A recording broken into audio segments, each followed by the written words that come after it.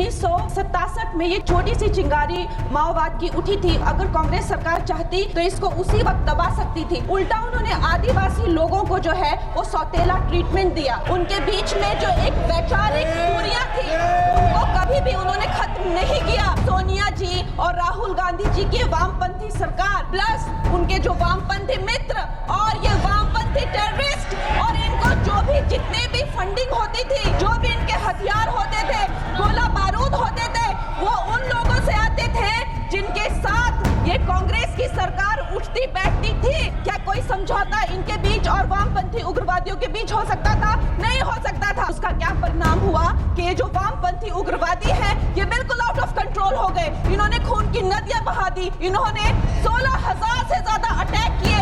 इन्होंने 2,000 से ज्यादा सुरक्षा कर्मियों को मार डाला। जिन छोटे छोटे बच्चों के हाथ में लैपटॉप और कलम होनी चाहिए थी उनके हाथों में इन्होंने बंदूकें दे दी। फिल्म इंडस्ट्री में हम सोचते थे कि इतने अच्छे जंगल है, वहां जाके कोई गांव की शूटिंग करते हैं, लेकिन उस टाइम की जो व्यवस्था है वो क्या कहती थी? अरे ये जो आदिवासी लोग हैं ये बड़े ही उग्र होते हैं, ये देश के साथ नहीं रहना चाहते, वहां शूटिंग मत करिए। खुद की असफलता छुपाने के लिए इन्होंने पूरे देश से जो है आदिवासी समाज को इन्होंने आइसोलेट कर दिया। गृह मंत्री जी ने और प्रधानमंत्री जी ने पूरे देश में ये संदेश दिया है कि ये देश बंदूक की नोक से नहीं चलेगा, ये देश संविधान से चलेगा।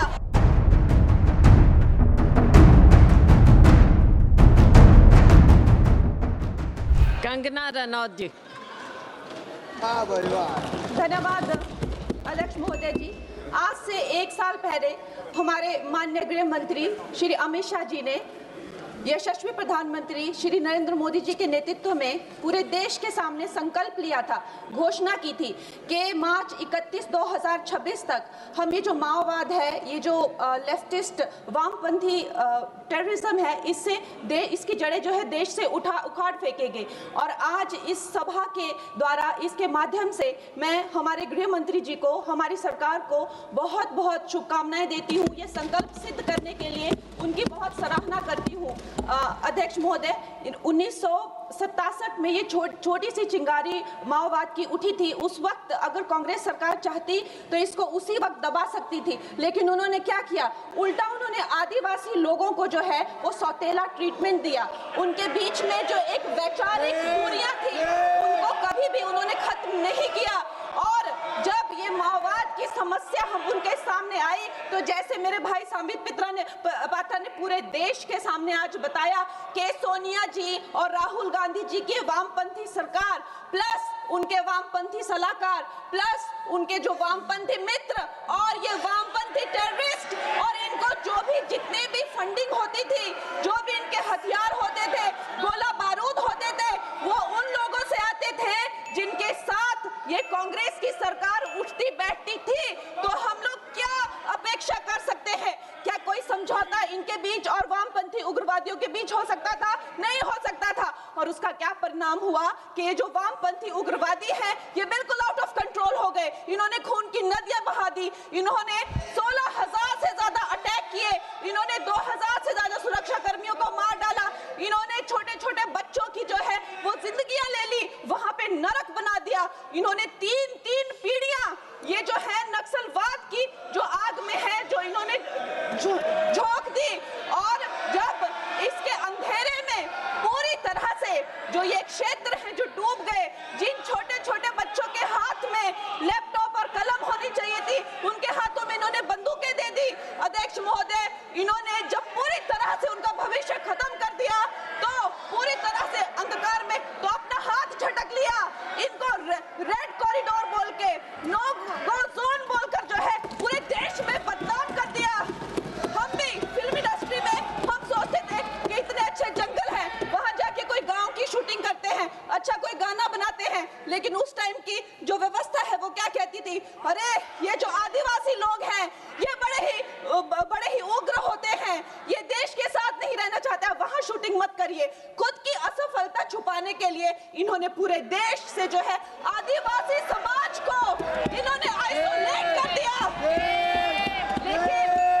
लेकिन हमारे प्रधानमंत्री श्री नरेंद्र मोदी जी कहते हैं कि रात चाहे कितनी भी लंबी हो, वो रात ही है, सवेरा होना निश्चित है।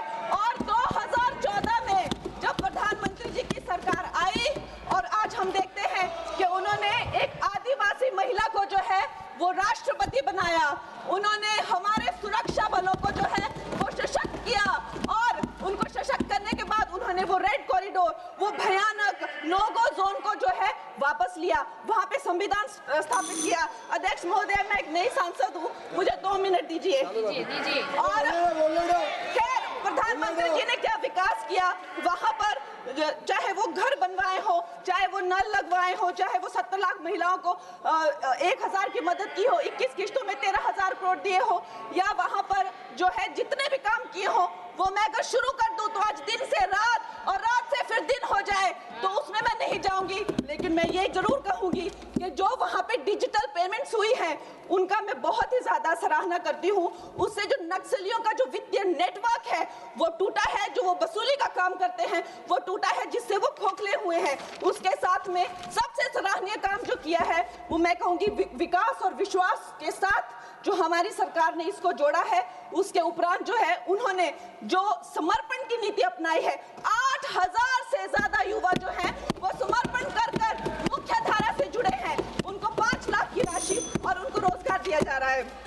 महोदय जी, मेरे पास कहने के लिए तो बहुत है लेकिन मुझे बहुत ही कम समय मिल रहा है। सदन के पास समय नहीं है। इस तरह की नीति हमने दोगो में भी अपनाई है और वहाँ भी बोडो में, आसाम में भी 10,000 से ज्यादा लोगों ने समर्पण किया है।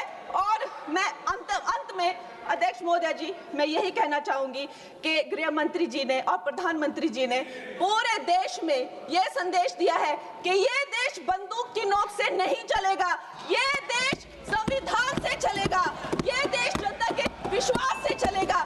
फिर से मैं अपनी सरकार को बहुत बहुत बधाई देती हूँ। धन्यवाद। ऐसी और खबरों के लिए देखते रहिए सनमार्ग नेटवर्क के अन्य डिजिटल प्लेटफॉर्म्स।